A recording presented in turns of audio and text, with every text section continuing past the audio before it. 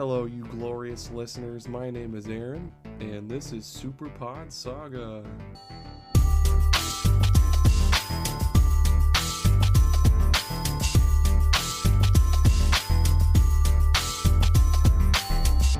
For any first-time listeners, this is the podcast where normally Tommy and I talk about every video game topic until we've talked it completely out of existence. Unfortunately, he's not here with us today, but we have an awesome guest with us today. Go ahead and introduce yourself, man, and your show and all your socials and all that stuff.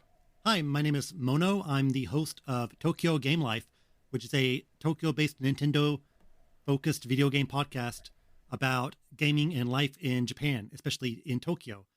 Every episode of my podcast, I have a feature about a place to visit in Japan, gaming related, or some sort of interesting cultural gaming aspect of Japan that I interview people and highlight. And also I just talk about whatever games I'm playing. So I try to make it like a slice of life type of podcast for people who are interested in the gaming culture in Japan. So if you like Japan, if you like video games, if you like Japanese video games, I think it's a great place to get some good podcast material. And yeah, I'm excited to be on this show as well. Yeah, hell yeah. That's awesome. Yeah, I like all of those things you mentioned. Japan, Japanese video games. I feel bad because I haven't checked out your show yet. There's a lot of other guests I'm trying to get on as well too, but I'm definitely going to check out a good bunch of your episodes because that sounds awesome. Yeah, you don't have to listen to them. Just download them all, and so the numbers go up, and then you can just not listen to them. It's totally okay. No, I'll listen to them, I promise. We have a pretty sweet little topic for everybody today. Yeah, you said your name is Mono, right? That's how you say it? Yes. Awesome. My moniker, I guess. Awesome. Okay. Yeah, go ahead and tell everybody what our topic is today, what we're talking about. Well, we are going to talk about tactics RPGs, or I guess SRPGs, or strategy RPGs. I'm not sure why they don't call them TRPGs, but I guess SRPG is a bit more catchy. Maybe TRPG was already taken by like tabletop RPGs, so either way, we're just talking about people moving on grids. That's true. That would make sense. Yeah, because in a lot of these game titles, they don't say strategy. Like most of them say tactics, if anything. But yes.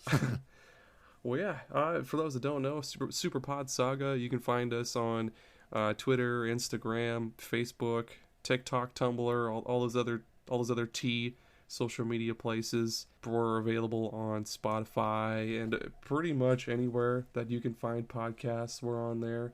What about yourself, man? Where can people find your show or social medias and all that?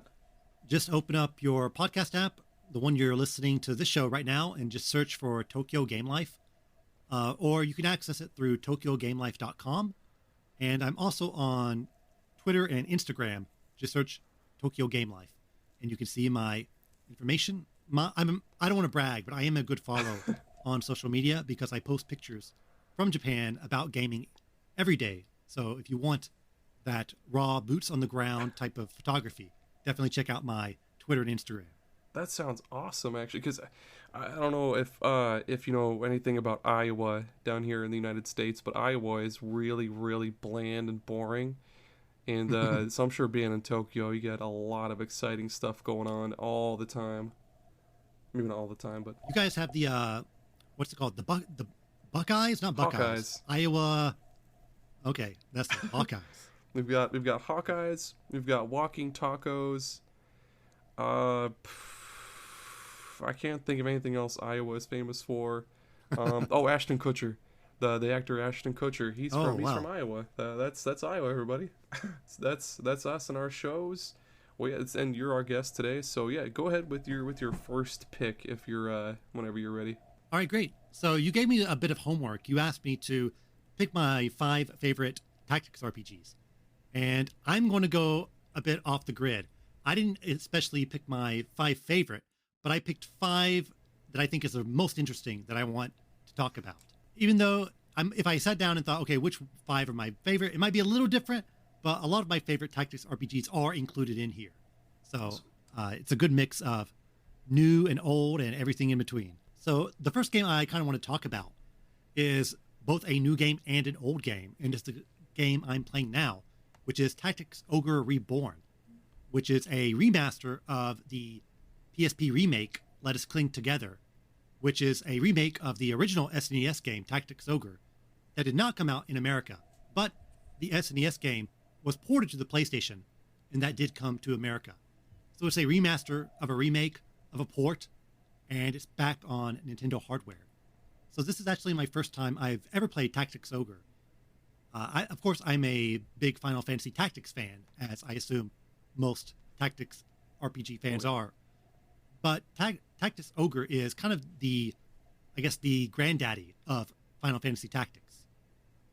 Because Yasumi Matsuno, who is the director of Final Fantasy Tactics and sort of the mastermind behind the whole Ivalice world in Final Fantasy, he originally worked for Quest, and he was the director of this game, Tactics Ogre, for the SNES.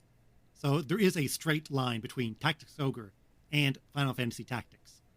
So I think people who enjoyed Final Fantasy Tactics are quite curious about Tactics Ogre since, well, it has a lot of the same people, even though Square wasn't involved with it at the time. But of course, yeah, now they ate up Quest, and Matsuno still works at Square, I believe. So they own the Tactics Ogre IP. So it is a typical SRPG. When you think of a Tactics RPG, it's this. And a lot of modern Tactics RPGs are from this game. This is like the game of Tactics RPGs. It's not the first. Of course, there's like Langrisser and like a bunch of like PC 98 games that were technically strategy RPGs, but pretty much every convention you can think of, like the classes, how you move on the field, how you equip units, all this is from Tactics Ogre. So it is kind of fun to play. Okay, all the inspiration is from this one game. You can see a lot of the inspiration come from this one singular title. And it does feel kind of like a test run for Final Fantasy Tactics, because a lot of the concepts that are in Tactics are in here. And to be honest, I think a lot of the concepts in Tactics are better in that game than in Tactics Ogre. So I don't want to say it's like a worse game than Final Fantasy Tactics, but it's just one, I think I prefer Final Fantasy Tactics more. But it is different enough where I can see some people say that, oh, Tactics Ogre is actually much better. For one, Tactics Ogre has larger parties. You can have up to 12 in your party, while I think Final Fantasy Tactics is maybe like 5 or 6, I want to say. I can't remember exactly like the limit, but you're not really like commanding a huge army. But in Tactics Ogre, you are. And I'm kind of more of the person where, you know, the more units, the better. I want like a huge army to command at once. Yeah, that's awesome. Sorry, go ahead. Oh, go ahead. I was gonna say I own the remake of Let Us Cling Together on PSP. I didn't get very far on it, which is super sad. And I do really want to double dip on the new Reborn on Switch. What's the difference between that and like the older like the PSP version? Does it just have more content or something? I never played the PSP version, but from what I've read is that they did change some fundamental things, such as the like leveling. For example, I believe in the PSP version, like every class had a level tied to that class. Like you have a warrior level, and then you have a wizard level. But in Tactics Ogre Reborn, they change it to the unit has the class. So, like for example, if a unit is level 13, then when they switch to wizard, for example, they will have all the level 13 wizard abilities. So you don't have to like grind up like, oh, I need like 3 wizards so I can grind up the wizard level, and then I can equip this spell to this one character. That's cool. So it's more of a traditional type of leveling system. The class leveling system in the PSP game sounds a bit strange because not a lot of games use that. It's mostly like the unit levels up and they learn abilities, not like this overall like concept levels up. And they did change the graphics a bit. I would say maybe for the worse, because it has like the Vaseline filter that's on a lot of pixel games where they smoothed it out a bit. It's not as bad here as I've seen in other games, but it still looks noticeable. And you're thinking like, well, I wish they had both like options, like the chunky pixels and the smooth pixels. I'm a chunky pixel guy, so I would always pick that. But it doesn't look bad by any stretch. Oh man, I bet because yeah, even the version on the PSP still looked really really good and detailed for what that tiny PSP screen could hold. It looked really really good, especially the environments too. Even though they were all just a regular isometric stuff, they were super detailed, like the water and the mountains and grass and stuff like that. Mm, yeah, definitely. It's a nice looking game, even though it has sort of a strange filter on it. And some other things about Tactics Ogre that really stood out for me is that it definitely relies more on placement and strategy than pure level Hmm. grinding. Because oddly, there is like a level cap where your units cannot level up past the cap. And that is determined by like the story progression. So right now, all my units are locked at level 19. So no matter how many levels I grind or how many battles I grind, it will be locked at level 19 Jeez. until I complete like whatever story mission that bumps it up. So it takes away a lot of the grinding. So it's much more reliant on, okay, you need to very carefully like move your guides around here. So it's more like chess in that regard than like a grindy tactics RPG like Disgaea. Right.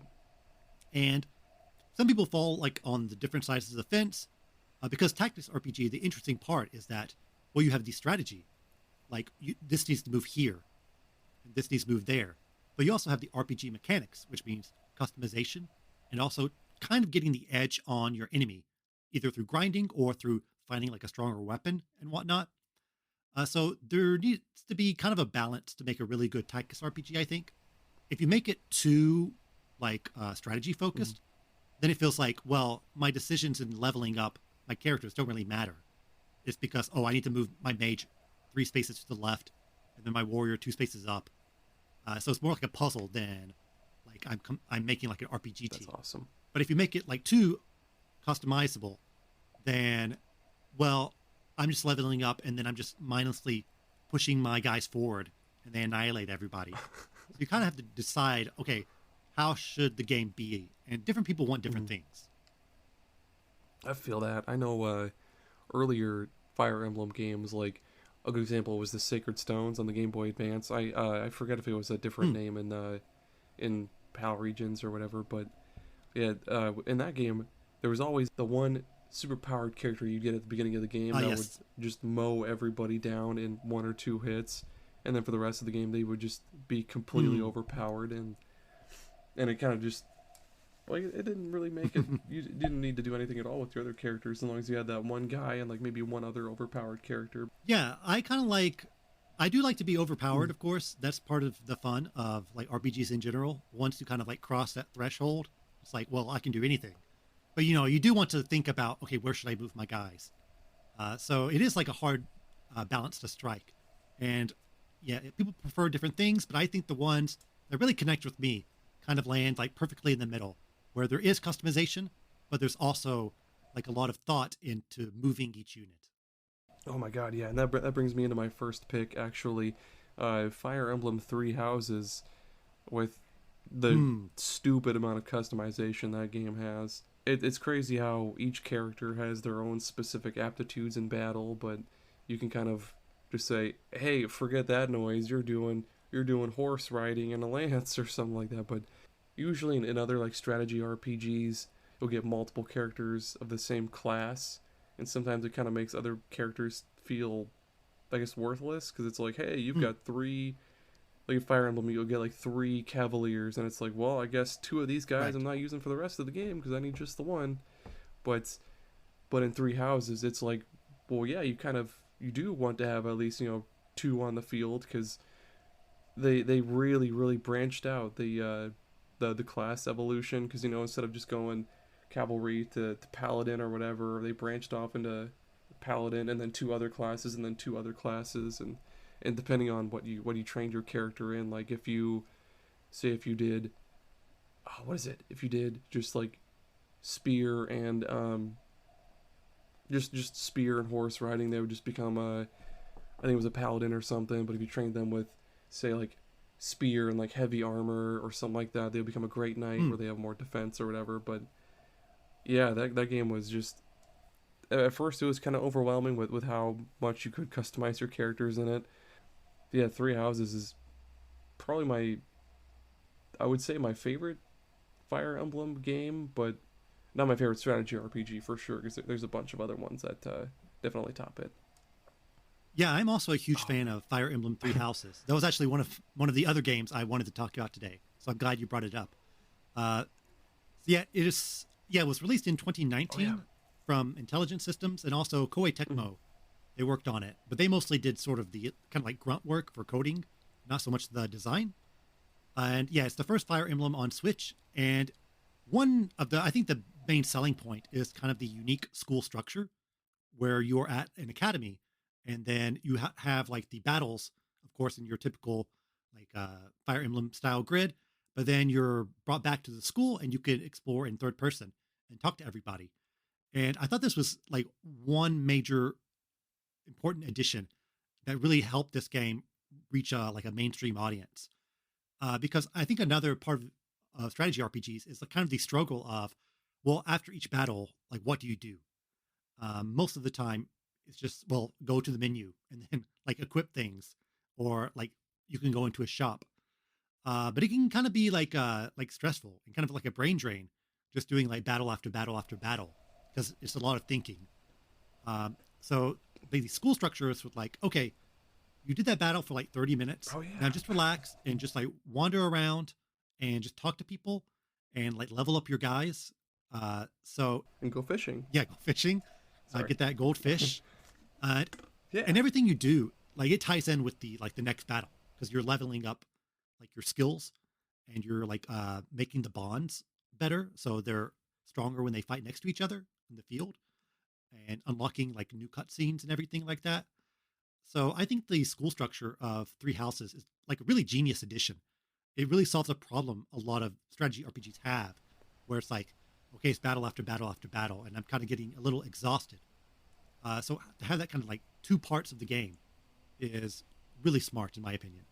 Yeah, and it added a lot of replay value too, because other Fire Emblem games were probably not as replayable. Because I mean, sure, you could replay other games and marry other characters together to make different kids and stuff like that. But I liked how in Three Houses, yeah, you replay the game with each different house to learn because the first house I played was the Black Hmm. Eagles, and a lot of those characters were so well thought out and so put together, like or so well put together, like Bernadetta as an example. She has Yes. a super deep backstory, kind of sad, but yeah, she's a monster on the battlefield. Hmm.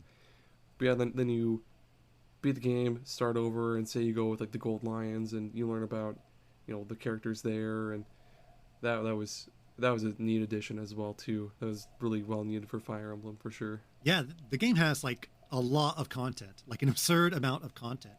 I went the Golden Deer route, and Oh that's the yeah. only one I played. But it took me like 65 hours just to clear that one route. Mm. And that's as much as I would say maybe two full price games, and that's just one route.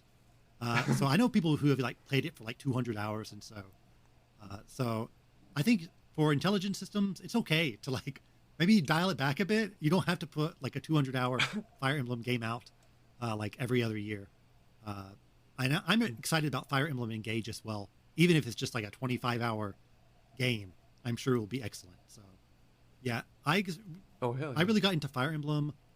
Well, I bought the original Fire Emblem game on the GBA when it came to America, Mm.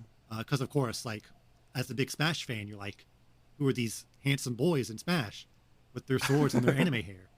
And then, well, I got Fire Emblem, and I did enjoy it, but I wasn't a fan of the permadeath mechanic because it just felt like, well, of course, I want everybody, and I don't want anybody yeah, to die.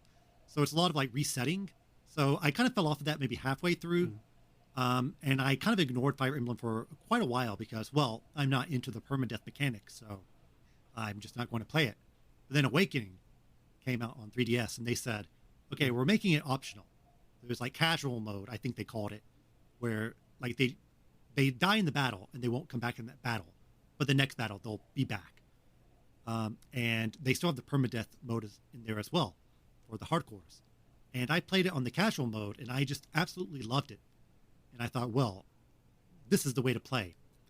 And starting from like Fates, yeah, Fire Emblem Fates, I ramped it up to hard because if you do play in casual mode, you should probably play on hard mode as well. because it is like it's built for permadeath. Like that's the way the game is designed. But they allow people to play it casually as well. But if you're going to play it casually, my recommendation is like bump it up to hard. Don't be scared. 'Cause, yeah, your guys will come back. And that really just opened the floodgates for me and I think a lot of other people. Because now Fire Emblem, it was like on the brink of never existing or not existing again. And then with Awakening, with these new additions, kind of modernizing it, they made it more mainstream and have a wider appeal. And now we're just a few weeks away from, like, looks like the most expensive looking Fire Emblem game yet. Yeah, I'm really excited for Engage as well too. With how they definitely dialed it back from going to Hogwarts teacher mode to classic Fire Emblem. It does look really awesome. What was your next? Oh, and feel free to make like or really dumb or really good segues. Like speaking of hardcore, and then go to your next one. Yeah, you can do that too if you want. I forgot to mention that. Okay, no problem. We make really dumb ones all the time. Well, my next game is a game I'm not sure you've heard of or many people have heard of. It's not obscure by any means, but I think it's one that is extremely ignored. And I don't want to say it's my favorite SRPG ever, but it might be. It's definitely like in the top 3. And that's Phantom Brave, which is a 2004 game from Nippon Ichi, who is famous for the Disgaea series. Oh, yeah. Have you ever played Phantom Brave? I've heard of it. I know they just it was back on the PS2, but I know that they just brought it to Switch not too long ago with another NIS game, and I forget what it was, but it's been on my list for a while. Yeah, it's weirdly like not a well. I think people who have played it like it, but it's not a game that people like look back on a lot. Of course, most people think of like Disgaea as like Nippon Ichi's like mainstream big franchise, their breakout hit. But from the PS2 era, that's when I really got into like strategy RPGs in general, and especially the Nippon Ichi games. And like I love Disgaea, and I bought like all their other games on the PS2. But the one that really stood out for me is Phantom Brave, and oddly, it's kind of weirdly obscure, but also like it's available on Switch and on Steam, and it's been ported. Like it was ported from PS2 to Wii and like to PSP, so they're not ignoring it, which is a good thing. Yeah, and like you mentioned before, the Switch version, it comes with Soul Nomad. There we go. Which is a completely different game. So it's kind of weird because, yeah, it's like $40 for those 2 games. But on the Japanese eShop, you can actually buy each game like individually for $20. But I kind of only want Phantom Brave, so I don't want to like pay for like Soul Nomad. No offense, Soul Nomad. So I'm hoping it goes on sale like eventually. But yeah, Phantom Brave. At this time that I mentioned before, Nippon Ichi was putting out like a ton of SRPGs because they hit it big with Disgaea, and they released La Pucelle Tactics, which actually came out before Disgaea in Japan. But they thought, okay, well, we're making money, so let's just slap that on a disc in America. And this was like the actual sequel to Disgaea, or the follow-up to Disgaea. So there's a lot of expectations for this new Nippon Ichi SRPG. And oddly, it doesn't really build on Disgaea. It is kind of its own thing. And there's so many experimental concepts in it that never appeared before and also never appeared again. So I think Phantom Brave really still stands out today as a truly unique game. Because it has a really interesting premise in that, you have your guys on the field. That's typical. You're moving them this and there. But you summon soldiers, not by like putting them like on the grid. Because you start out as just one character named Morona, who is she's like a summoner. And the battle started out with just her on the field. And then the way you summon your army is that there are items scattered across the field, like maybe a book or a cactus or a rock. And you summon your soldiers through items on the field. That's cool. And this affects their stats. So let's say a rock gives like a 30% boost to defense. Well, then you need to think about, okay, which of my units will benefit the most from like a 30% defense boost? Oh, do you want to buff like a mage who is really weak? Or do you want to buff like somebody who already has a high defense? So that way they're borderline invincible. So you can kind of have this sort of like decision making when a battle starts as well. And another odd thing is that they can only be out there for a limited time. For example, like certain units, I think like the witch units, they can only be there on the field for 3 turns, and then they disappear. Not forever, but they won't come back in the battle. So you have to think about, okay, where should I summon them? Also, when should I summon them? What turn should I summon them in? Do I want to start now? Will they even make it to the enemy in the time that their turn limit comes up? So it's really creative in how they turn this into like its own strategy game, like a meta game of sorts. And to like add on to like the strange systems, there's also no grids. We've been talking a lot about grids, but this one has 0 grids. Instead, you have a certain number of steps that you can take, and you kind of, it's hard to explain. You have like a circle around your character, and you can move anywhere inside that circle. And you can kind of affect this as well, depending on the terrain. Like, let's say you have 60 steps for your character this turn. Well, if you slide on some ice, you can actually go farther with fewer steps. Or conversely, like if you're in the mud, well, it takes more steps to like go through the mud. So it has such like a really odd like gameplay system.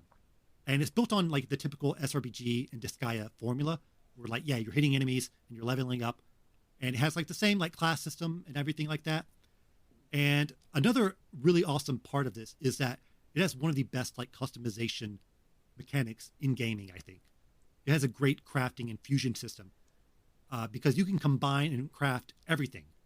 Like you can combine weapons into items. Like I mentioned before, there's items on the field in the battle, but you can like take those items from the field and bring them to like your hub. And you can combine items into other items and combine weapons into items and combine characters into items and characters into other characters. So you can just fuse anything into anything else just to make numbers go up or like to like really min-max their stats. So if you like to see numbers go up or numbers go down, you can really have a lot of fun with Phantom Brave. Like another awesome example of this is like it has random dungeons. Like the Dungeon Master, I want to say, is the class. And it's just a guy in your home. And you talk to him and he's like, you can go to a dungeon.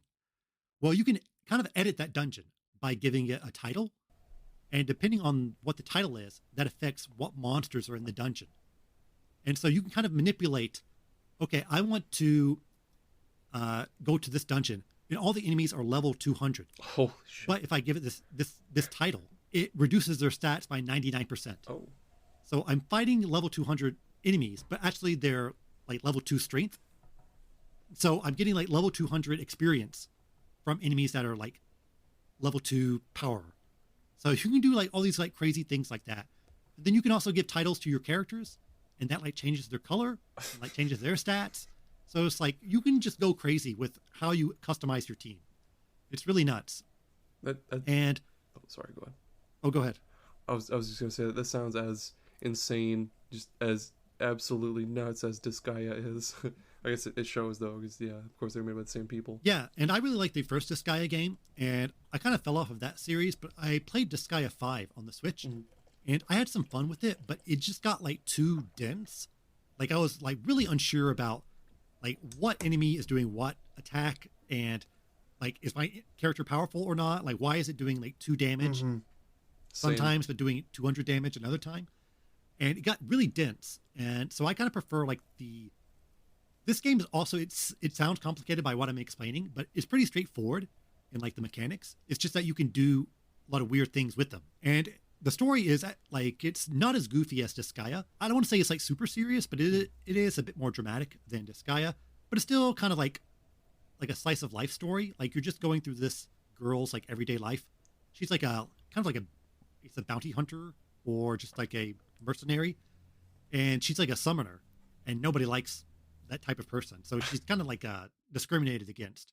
So part of the conflict is like, well, a lot of people don't like you because of who you are, but you're still trying to help people out. Yeah, at the end of the game, you do save the world, but that's not like a big thing. It's just something that kind of casually happens, like in the last area. So most of the game is just like, oh, you're living your life on this island, and the game takes place in like this island archipelago.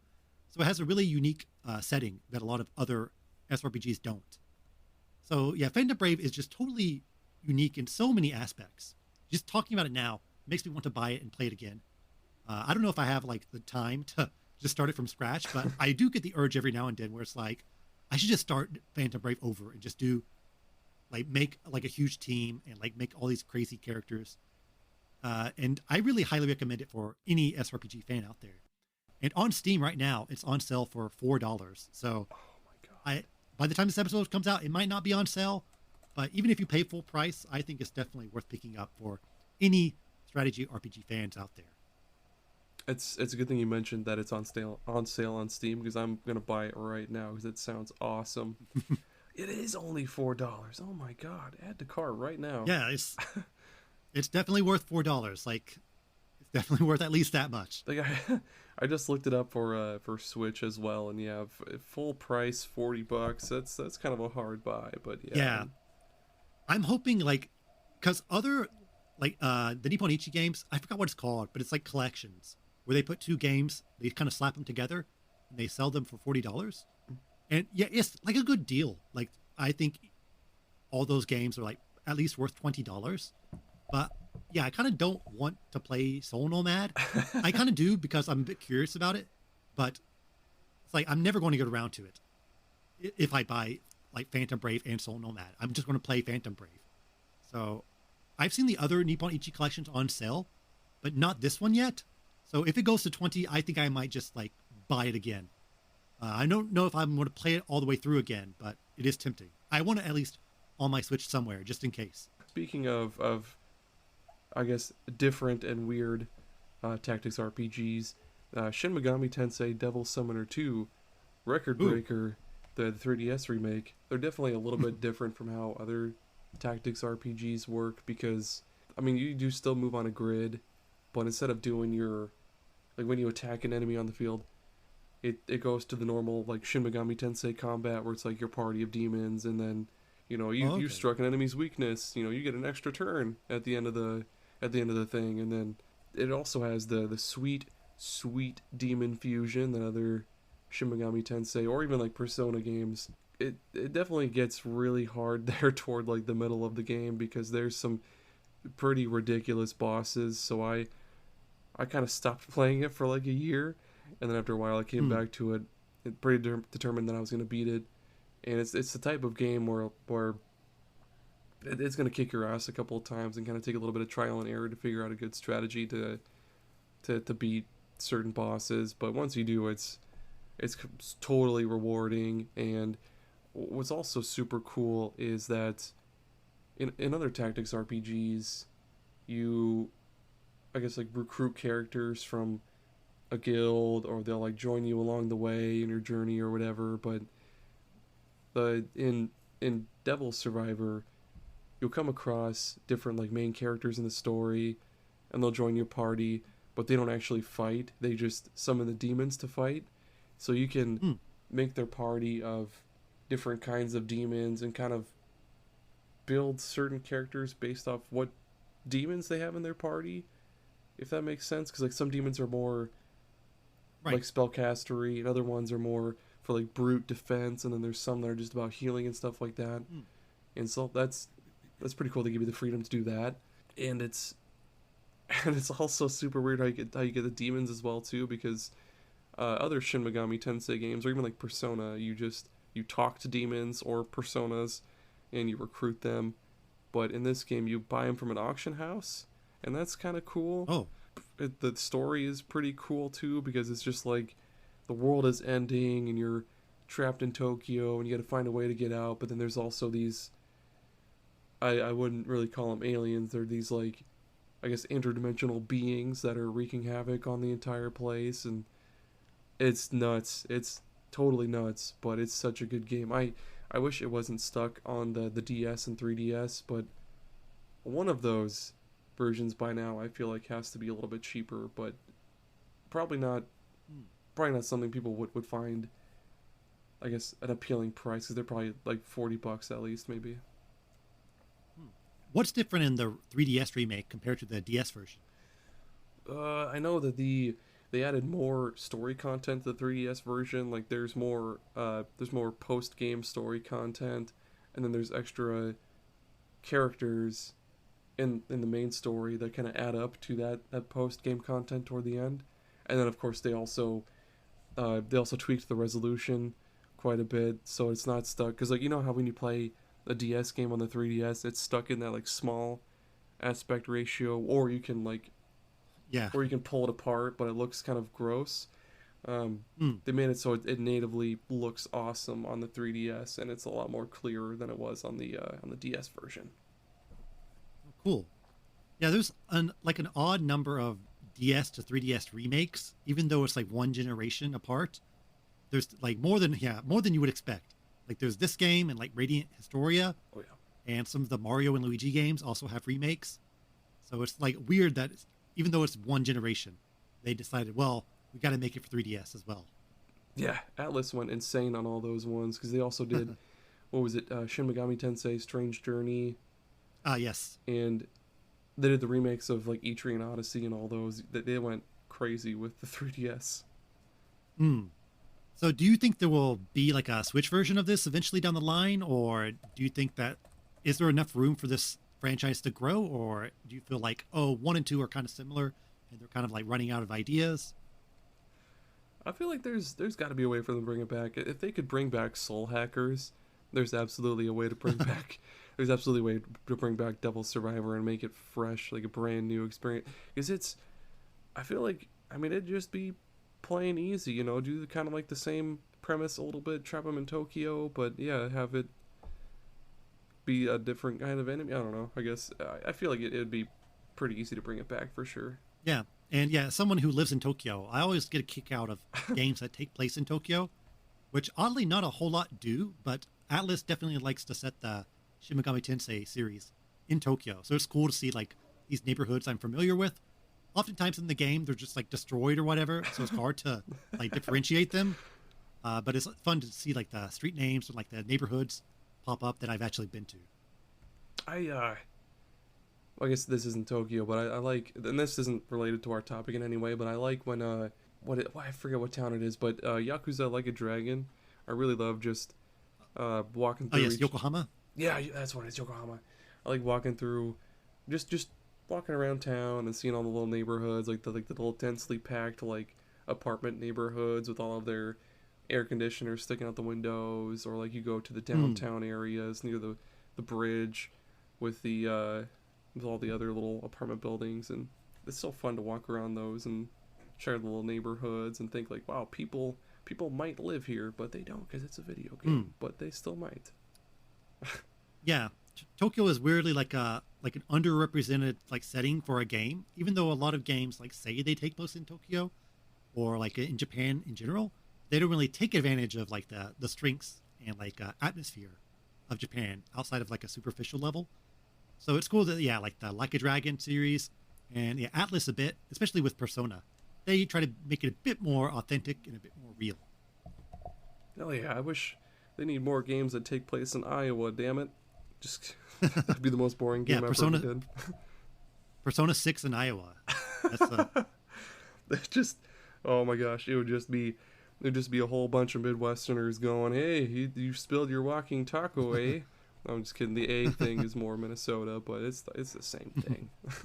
Well, I'm going to talk about a different strategy RPG, like Shin Megami Tensei Devil Survivor. Sorry, I always get Devil Summoner and Devil Survivor and Digital Devil Saga. Oh yeah, all the names are kind of like mixed up. they really are. But similar to Devil Survivor, where it is a strategy RPG based off of a RPG. My next game is also the same idea, where it is a strategy RPG based off an RPG. And that game is Pokemon Conquest, 2012 game developed by a company we've already mentioned, Koei Tecmo, Nice. who eventually would go on to help make Three Houses. But this game is a Pokemon SRPG. That's the pitch of it. However, it's more akin to, well, like the actual game is like a crossover of two different franchises. It's Pokemon and Nobunaga's Ambition, which is a classic Koei Tecmo, or I guess Koei at the time, a strategy game, like a grand scale strategy game, where you are like a warlord and you're trying to take over all of Japan. And by doing that, you need to build an army, you need to assign officers to your army and gather resources and all that stuff. And a lot of that has been like really toned down, of course, for this game because it's more on the Pokemon SRPG side than the country management side. However, there is still a bit of that in there as well. So it is a tactics RPG with a mix of grand strategy. Have you ever played it before? I've heard of it, and it's another game that's been on my wish list for a while, but I've never actually played it. It does sound awesome though. Yeah, like Phantom Brave, I would consider it quite underrated. It's definitely one of the best Pokemon spin-offs, I would say. And some of the interesting aspects of it is that it takes place in like ancient Japan. It doesn't say Japan.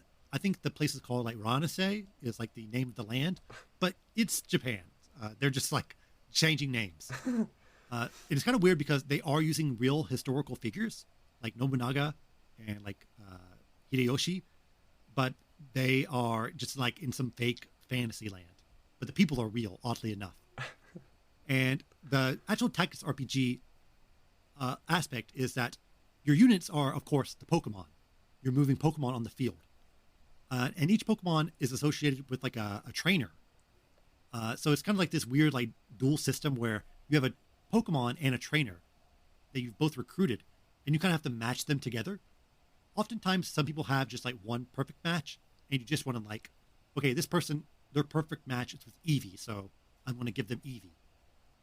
But sometimes it can be a bit more customizable, like this person is good with fire, so I'll give him like a variety of different fire Pokemon. And a lot of the Pokemon concepts are in the game. Like you catch wild Pokemon through SRPG tactics.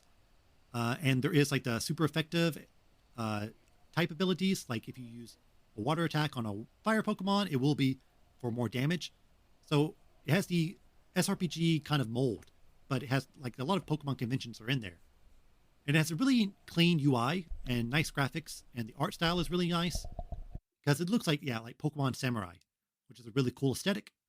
And it is fun to see like all these historical figures kind of decked out in like some sort of like Pokemon look.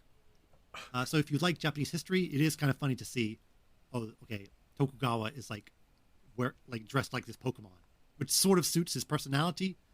And like Hideyoshi, he was really associated with like monkeys in Japan, and he has a monkey Pokemon, which is really funny. So it's like really clever how they tie in the Pokemon idea with real people. And like I mentioned before, there is like a grand strategy aspect of like you conquer like castles, and when you have those castles, you kind of have to assign like some of your like vassals or your team members to that castle because they can also be invaded. A lot of times with strategy RPGs, you have like the same team every time and you're just making them stronger and stronger. But here, since you're trying to take over a whole country, you often have to like split up your teams. So you have to think about, okay, well, who needs to go to this place and who needs to go to this place? And if this spot gets invaded, who is good enough to defend it?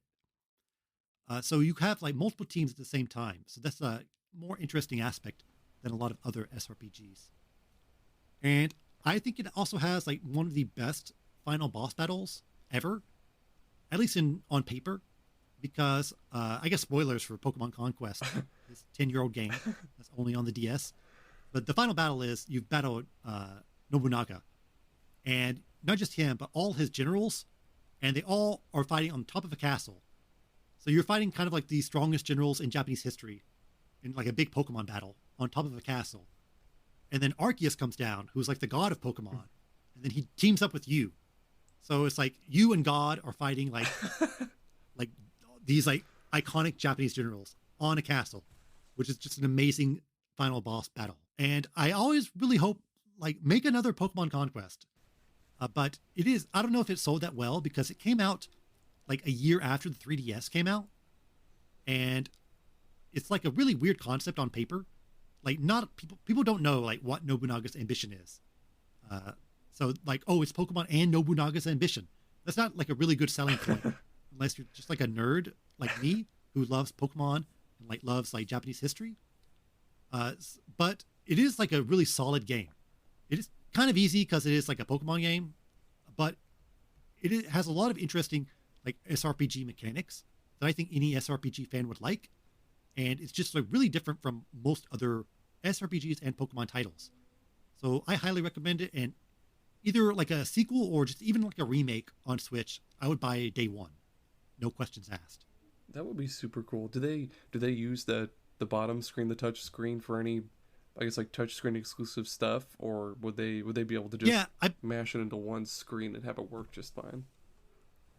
I believe like the second screen is just like the map, so it's like really easy to convert that to one screen.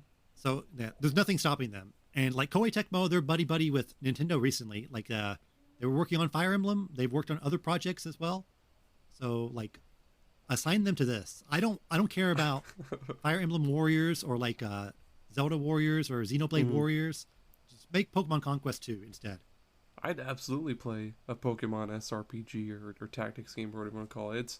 That sounds awesome. I was looking up a few screenshots while you were talking about how the generals were paired with Pokemon that they look like, or Pokemon they dress like, and I like that Nobunaga has this black Rayquaza, and then Yes. I believe he has like Zekrom first, but then he gets like the Black Rayquaza like during the final boss battle.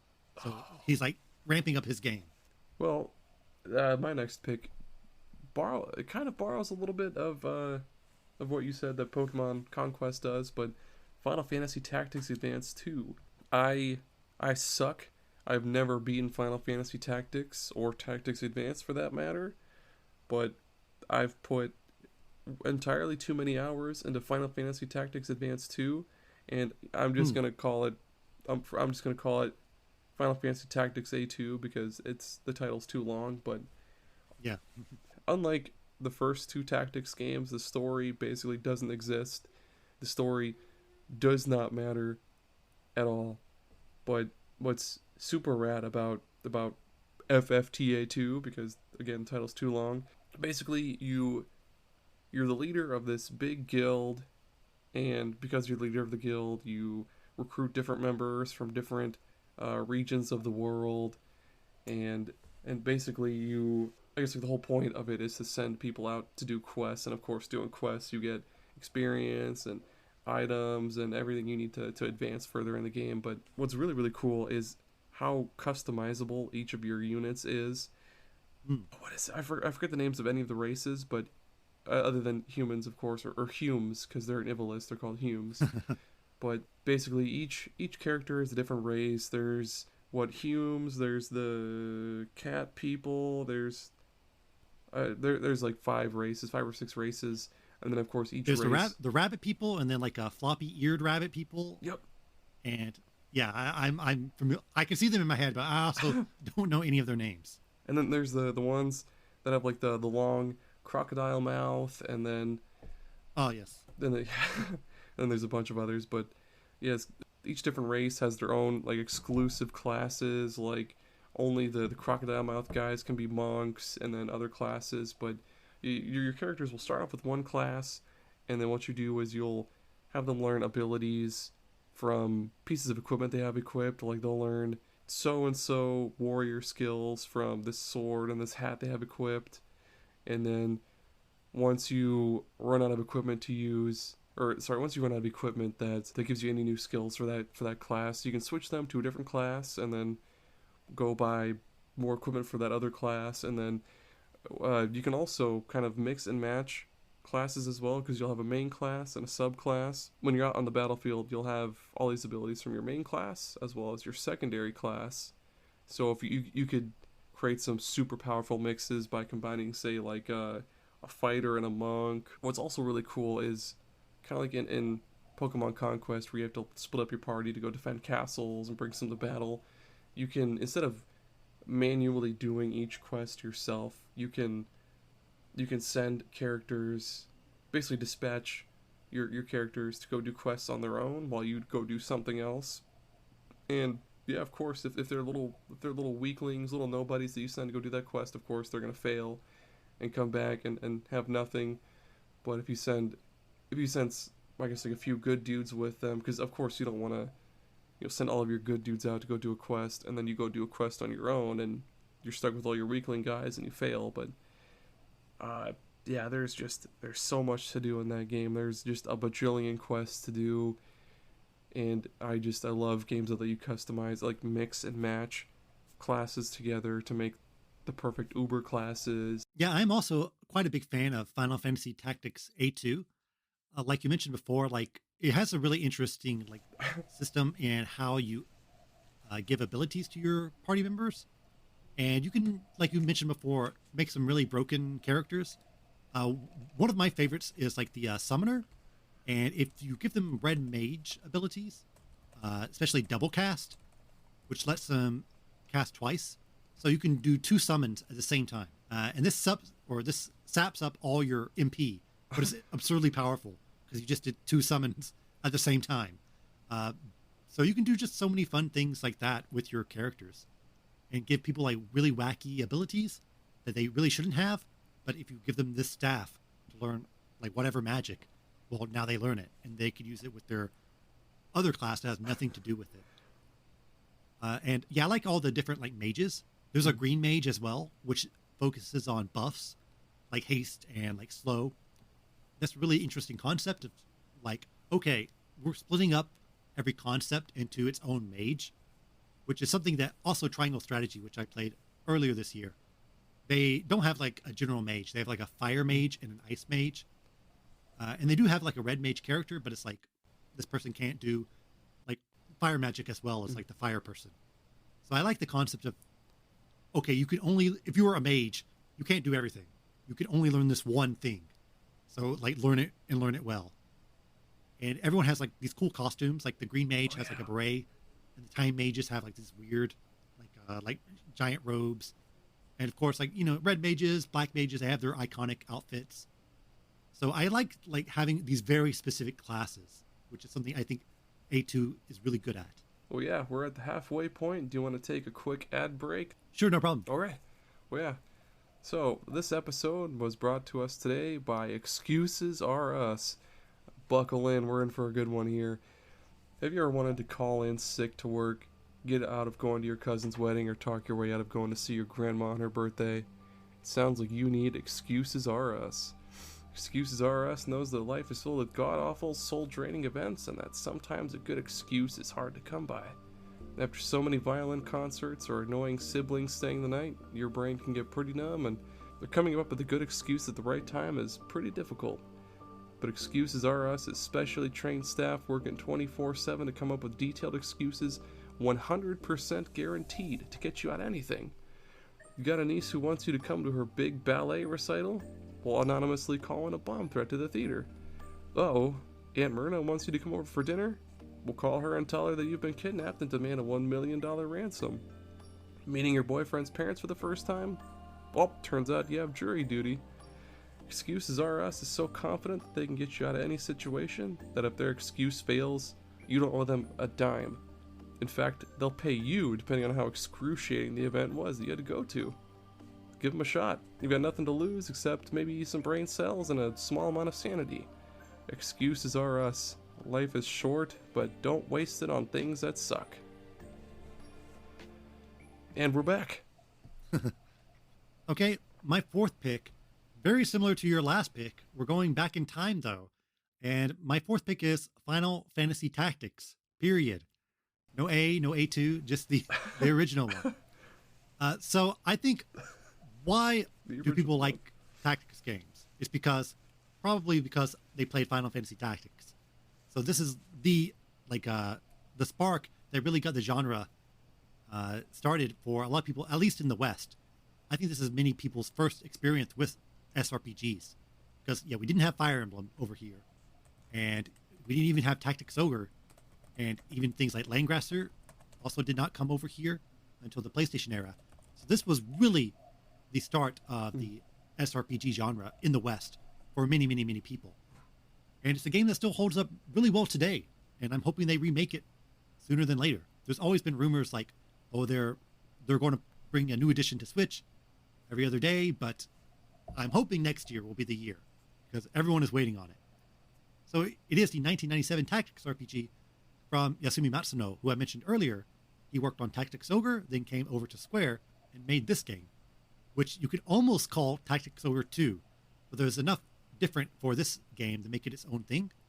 And I would consider it overall to be a better game than Tactics Ogre for many of the reasons like we talked about in A2. is that the class system or the job system is really unique and really interesting. All the jobs are really unique because you can customize the jobs to such a high degree in terms of like combining abilities. And for Tactics Ogre, a lot of the classes are pretty much what you would expect. Like you have your warrior, you have your like mage, and they're pretty much like your rote classes. But here in Final Fantasy Tactics, you have a lot of interesting ones that are tied in more with iconic Final Fantasy classes. You've got your Dark Knight, which is really good. You've got your Samurai and your Ninja. And you also have a Calculator. I believe in the remake, they called it like Arithmetician or something. But in the original game, it was the Calculator, which is like a math mage. So you can do a lot of fun things like we talked about with A2, is like combining abilities and making broken characters and whatnot. And it has fantastic graphics and art design. It has the isometric pixel view, which was in Tactics Ogre, but I think it looks better here. And I think every game since has pretty much just copied what Final Fantasy Tactics looks like in terms of how they like space out their grid and how they design the character proportions. In Tactics Ogre, they were quite chibi. Here they're a bit less chibi, but still like fairly chibi. I think the chibi ratio is like perfected in Tactics here.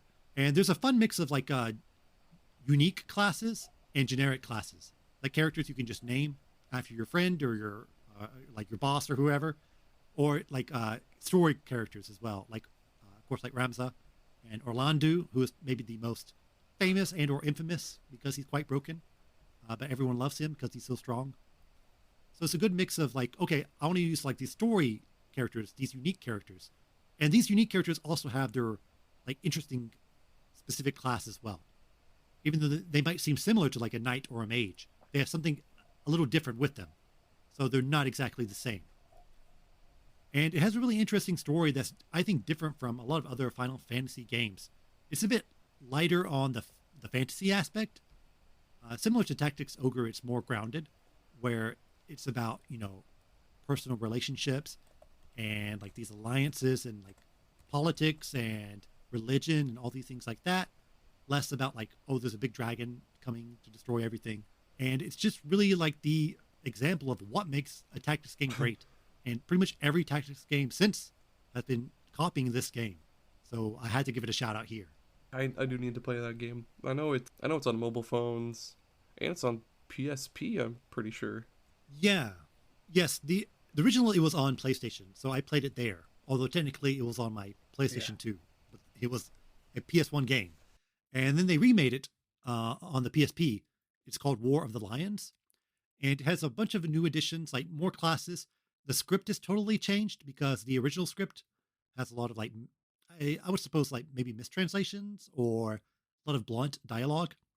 And the War of the Lions edition has much more flowery and much more poetic dialogue, which is a bit controversial. Some people think it goes way too far into like the Shakespearean die thou kind of stuff.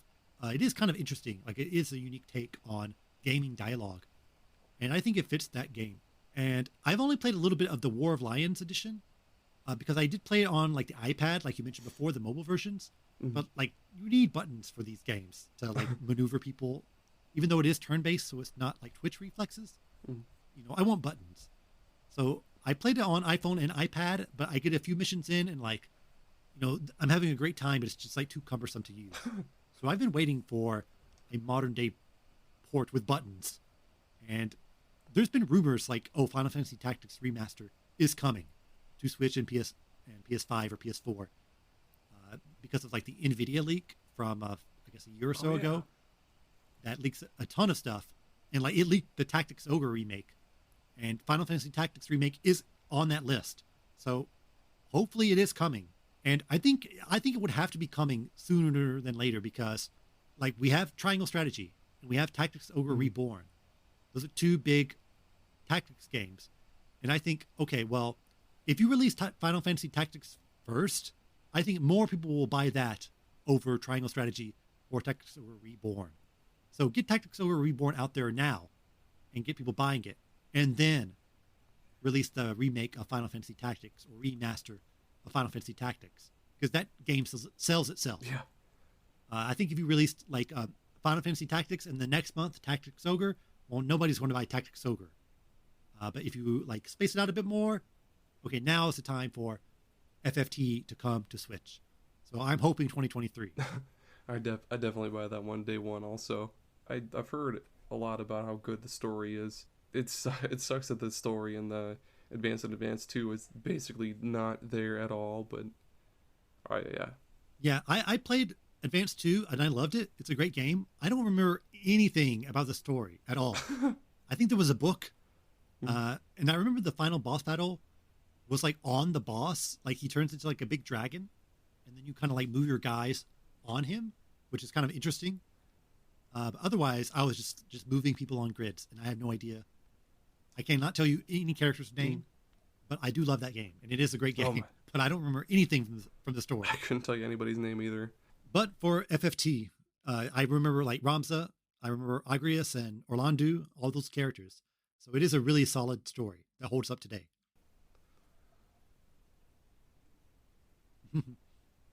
Oh yeah, Ramza is the only one I knew, the only one I know from that game, just because a good buddy of mine played it back in the day. But it's a good thing you brought up Triangle Strategy, because that was one of my picks, and I might be jumping the gun with it because I haven't beaten it yet, but I am pretty far in it, and I do think it definitely holds a candle to other strategy RPGs and does things a lot different from other ones. Yes, I have played it, and I did complete it. I assume you played it too, just right? one path, there are multiple paths, but I just did the one I wanted, and I did finish it earlier this year.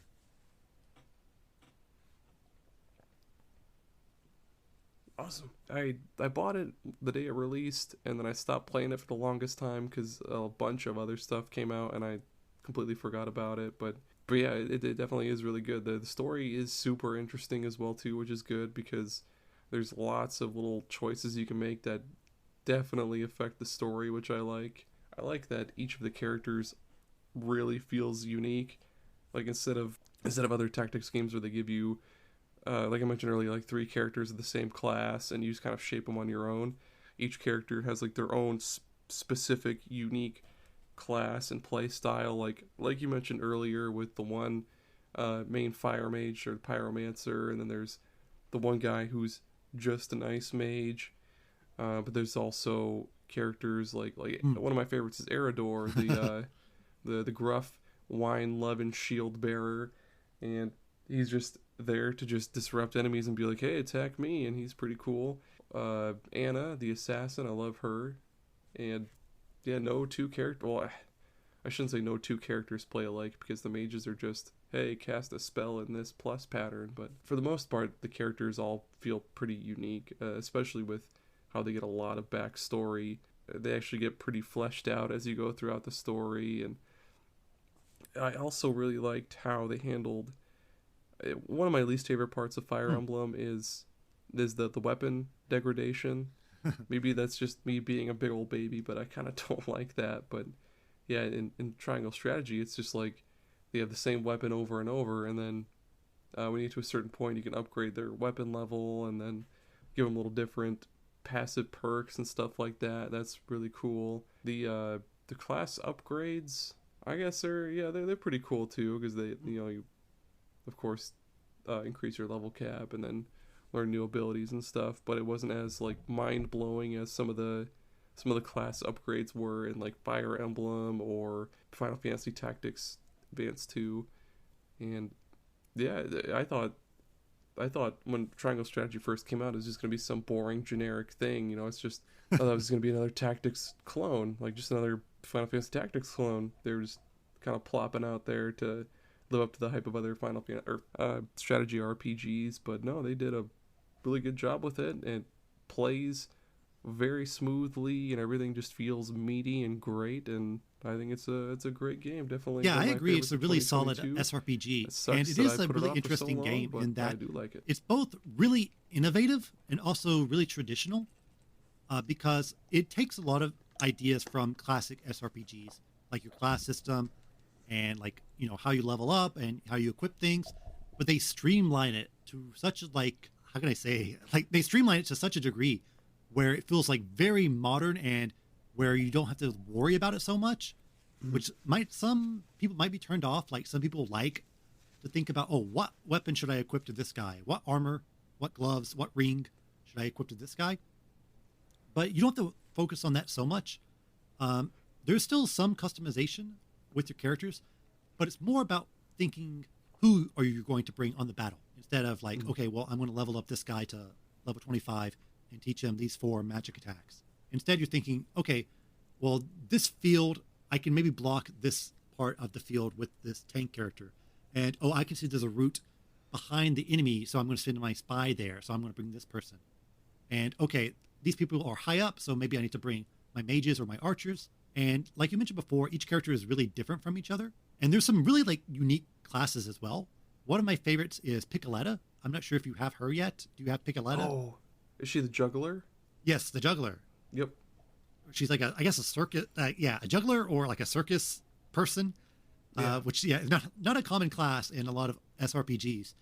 But what she can do is like she can make a decoy, kind of like a clone of herself. It's like controlled by the AI, and so you technically make like 2 people, and then one person goes off and does whatever. And so that's really awesome for like distracting people because she doesn't do a whole lot of damage, but she can just like distract enemies, which is really fun.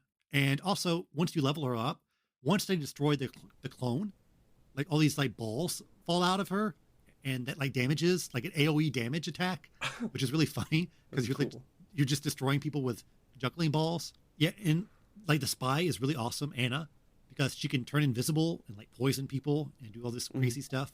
So all the classes are like based on your iconic jobs and classes you see in other SRPGs. Like you have like your knight, you have your mage, but they're like streamlined and there's a different take on them.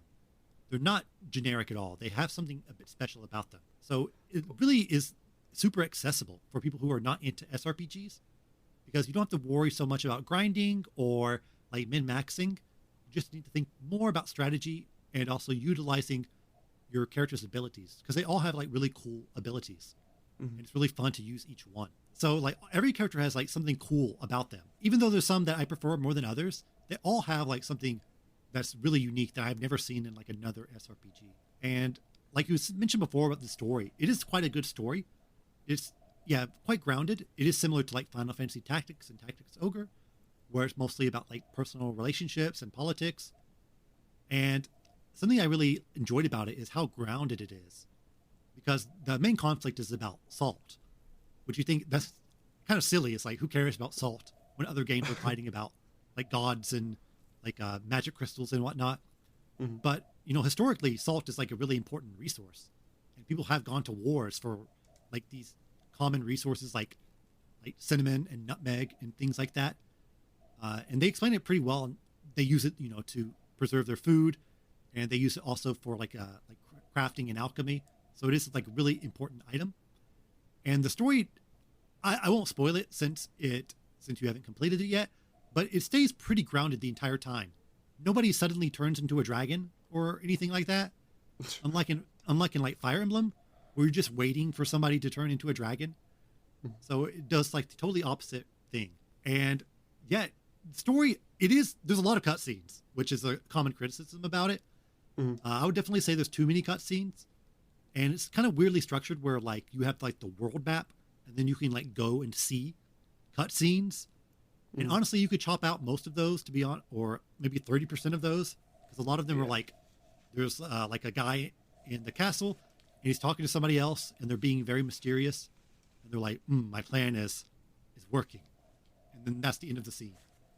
Where it's like, well, I didn't really need that info. I already know this guy is fairly evil. And they really load like, they front load a lot of the information. It's like, this character is this character, and this country is this country, and this blah, blah, blah, blah, blah. And you're like, oh, okay, who is who? Am I ever going to figure this out? But once they start like killing people, and once like chaos happens, you start to understand, okay, who is important and who is not. And by the end of the game, it is a story that I was invested in. And I really enjoyed the ending I got. And I looked at all the other endings as well, and they're all pretty interesting. So definitely a really strong contender for one of the better stories in the genre. Another thing I really like too is that for one, I like how much backstory and like I guess lore there is to the story as well too, because you're always gathering new notes about like, was it the history of Hyzant or like the history of so and so, but then there's also those awesome points where before what is it? Yeah, but before you make a vote to do something, you'll have to go around the town and talk to people and figure out little pieces of information that'll help you convince people to go to whatever side you want to do. Like then you'll go back to your court and to try to talk people into doing what you want to do, and you have to use those pieces of information that you got from exploring and talking to NPCs to affect the story and everything. I thought that was pretty cool too, because usually when you go talk to before, if you don't have that information and you talk to that person, they'll have those little lock symbols, and you're stuck with one kind of poopy option. But yeah, then you go talk to the NPCs to learn more information, get notes and all that stuff. You go back and talk to people in court, and you'll have better dialogue options, and you'll better convince them to do what you want to do. Or I thought that was pretty cool. I'm sure maybe other people thought I was just kind of but no, I thought it was cool. Yeah, and I think they're also thinking of the same thing that Fire Emblem figured out is like, okay, between battles, what should you do? Should you just go to the next battle, or should you have a hub or whatever? And Triangle Strategy, they do have like a small, like, I guess like a tent that you can kind of walk around in.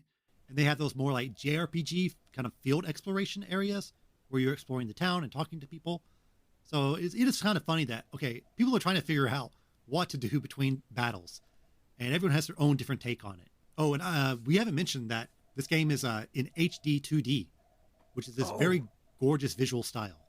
Oh my god, yeah, it is. Yeah, especially when you're looking at fires.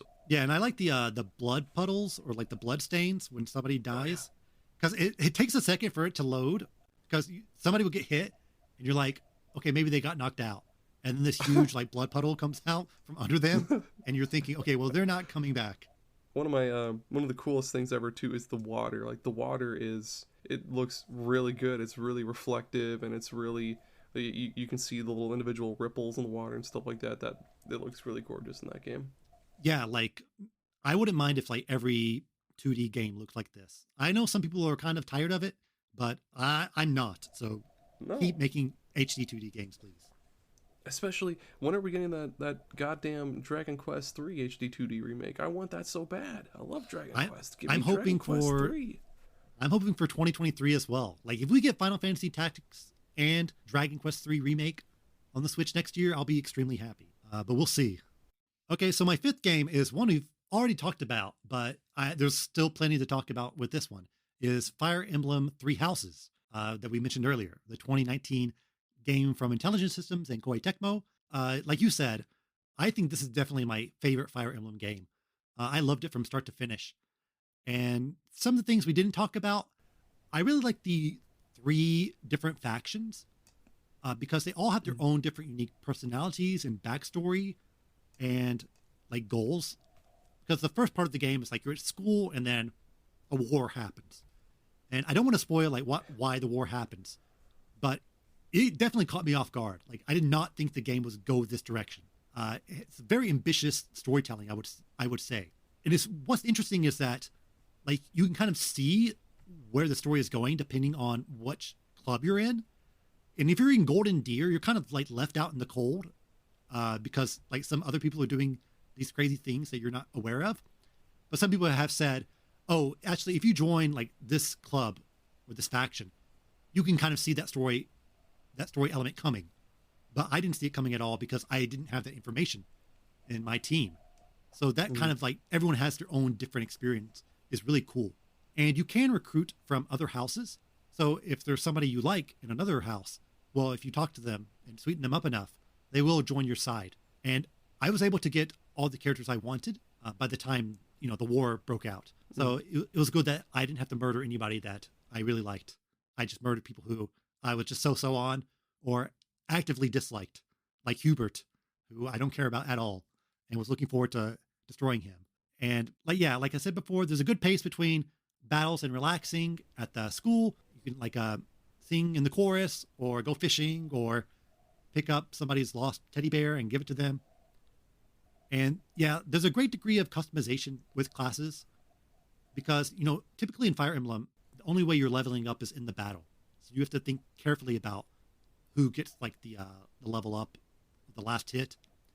But here you can take classes and you can really tool characters to go down a specific road. Like, okay, in the future, I really want this person to be a flyer.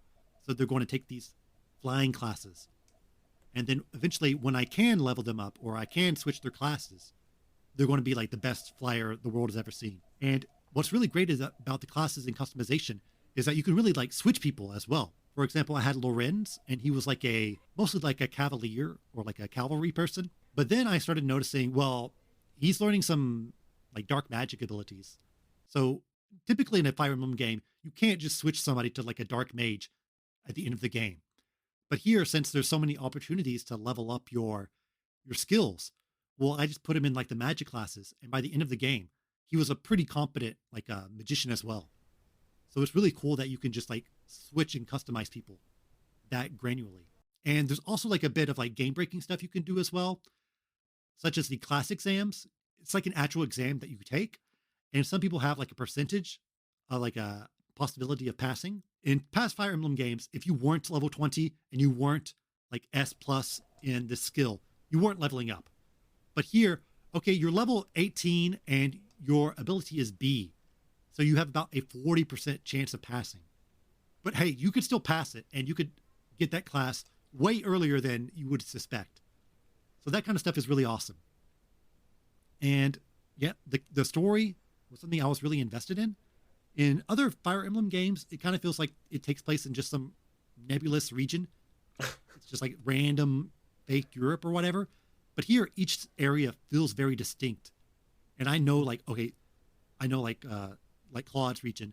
I know why it's different from Dimitri's region and so forth. And so there's a real sense of like place and a sense of history as well. And I was really interested in the lore of the world, which I haven't really been in the past Fire Emblem games. Because yeah, like I mentioned before, a lot of Fire Emblem stories is so-and-so is a dragon. And yeah, in Fire Emblem Three Houses, there is somebody who is a dragon. A bit unexpected. But they still keep that like wacky, everyone is a dragon, and then also like this real like grounded story. And they combine it really well. So I'm a bit curious, like, oh, is Fire Emblem Engage going to be as serious as Three Houses?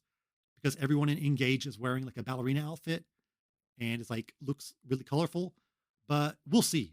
But Fire Emblem Three Houses, it was my game of the year in 2019. It's definitely my favorite Fire Emblem game. And I think it's easily one of the best Switch games, a console that has an amazing library. So that is saying a lot. Like sometimes I wish the character animations weren't so stiff and robotic, but Yeah. I can look past that for the most part because there's just so much I love about it. Like they really didn't need to put in those little tea parties that you can have with your students, but I mean, hey, why not? And you can have lunch with them, and you can buy them flowers for their birthday and stuff. My next pick is definitely my favorite strategy RPG ever made, and I hope you've at least heard about it. But it's Steam World Heist. Have you heard about it? I have heard about it, but unfortunately I haven't played it. Steam World Heist, it's totally different from like any other strategy RPG we've ever talked about. It's entirely in space because I don't know if you ever played Steam World Dig 2, but the world exploded, so there's no more world. Everybody's in space. And basically all the characters you play as are these different robots or steam bots because they're all powered by steam. And the main currency is water because they run off of steam. You gotta have water to to live and everything. And basically each character, kind of like Triangle Strategy, has their own like play style and unique personality and their own unique like speech patterns as well too. Because like there's one guy, oh my gosh, I can't believe I forgot his name, but he's one of the first guys you get, and he talks like an old sea pirate. He's always like, "Arr, me mateys" and stuff like that. But then there's this more cowboy like hick one where she's talking like this. I mean, they don't have like the actual audible voices, but they have just like the speech bubbles, and you can kind of tell from there. They basically each character, two characters of each class, but each character plays differently from the other. Like there will be two sentries, but one is based more on like sitting still and doing more damage as they aim, and the other one is more like shoot as much as you can while staying in your one spot. And instead of course, being like swords and magic and stuff like that, it's all about aiming your guns in different angles because it's all 2D. It's like a 2D side scroller kind of, but you'll basically certain guns you can ricochet your bullets off of walls or other surfaces to get a better shot at somebody, whether it's you're bouncing a bullet off of like a barrel behind them to hit them in the head or something. But of course, then there's like rocket launchers and grenade launchers that don't ricochet; they just explode on contact and just kill everything. What's really cool is that you can sort of build your characters a little bit, like how I said, each character kind of plays differently. Like there's one sentry who some of his abilities that he learns as he levels up make him better suited to use what they're called, like heavy weapons or explosive weapons, as opposed to the other sentry who his abilities make him more attuned to using long range like sniper weapons. So you'll build this one heavy dude with grenade launchers or like a rocket launcher and maybe like a grenade and like some armor, because he's probably going to be up front and taking a bunch of damage. But then there's other characters that are more for doing like a run and gun kind of thing, just spraying some bullets and then booking it, take cover. And it's just such a good game. It's I think $15 or $20 on the Switch eShop, and then it's also on the 3DS still. And either way you play it, it's really good. I mean, the Switch has definitely better visuals, and then give you that DLC with the game for only like 15 or like $20 or something. But it's absolutely worth your time. It sounds kind of meh because it's 2D and it's robots, but it's really good. I promise you. I'm looking at it now, and it's $4 on Switch right now. So maybe I should dive in. Definitely, if it's $5, absolutely. It'll probably take. I think you get at least like 30 hours of content out of it, and then it's probably not the most replayable thing on the planet, but I still come back to it every now and again just because it's so fun.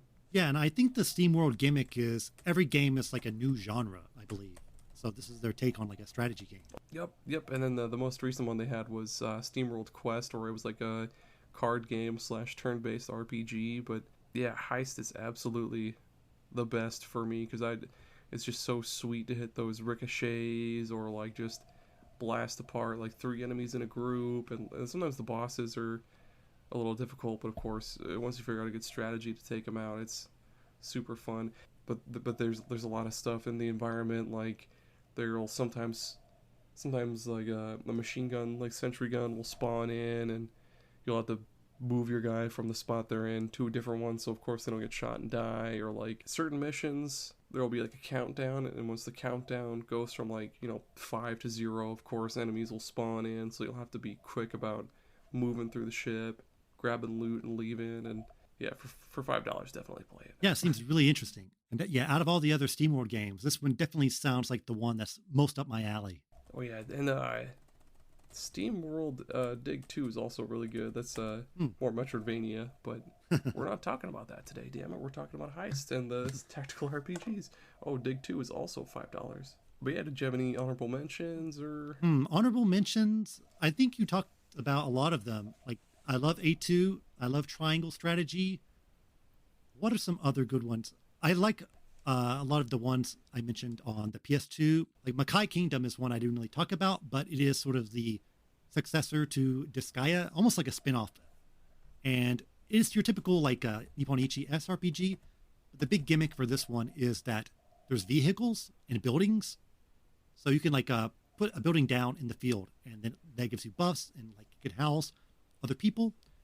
And they have some fun classes because it's a bit more, I guess, modern. Like there's an infantry who's just like a guy with like a musket, or I guess like a shotgun, and a lot of really interesting, fun, unique classes as well. It's a game I haven't really gone back to in a while. Definitely quite solid if you like those old school like Nipponichi SRPGs. And yeah, Triangle Strategy is a good one. Fire Emblem, yeah. I love Awakening. Fates, I also like that as well. I know that one, maybe some people don't like it, but I enjoyed both Conquest and Birthright. They were good games. And I think definitely in the future, there's a lot I'm looking forward to. Hopefully the Final Fantasy Tactics remaster. That's a game I really feel like I want to play again. Some games I play once and I think I never ever want to play again, even though I like it. For example, like there's a lot of rumors that Wind Waker and Twilight Princess are coming to the Switch. And even though I enjoy both those games, there's no way in the world I'm going to like play those from start to finish ever again. But Tactics is one I can see myself like starting over. And there's also Metal Slug Tactics in the future. I was just going to say that too. I was just going to say that. It was supposed to come out this year, but it didn't. Dang it. Yes.